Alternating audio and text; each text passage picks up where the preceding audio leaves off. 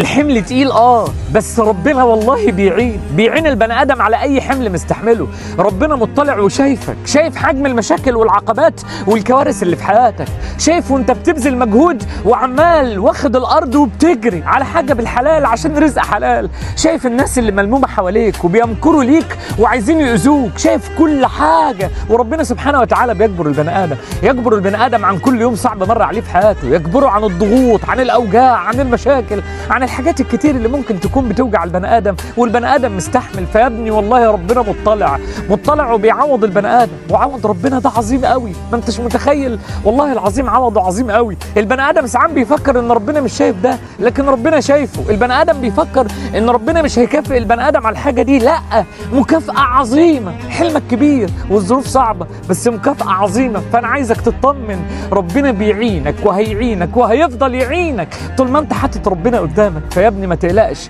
وما تزعلش وما تخافش، وسلم امرك لربنا. وكل ما تبقى تعبان بص للسماء وقول له هتعني يا رب. انا عارف ان انت هتعني يا رب، وانت متاكد ان عون ربنا معاك في كل لحظه، وان جبر ربنا قريب ليك في كل ثانيه. هيبقى عندك عشم ان ربنا هيجبر خطأك.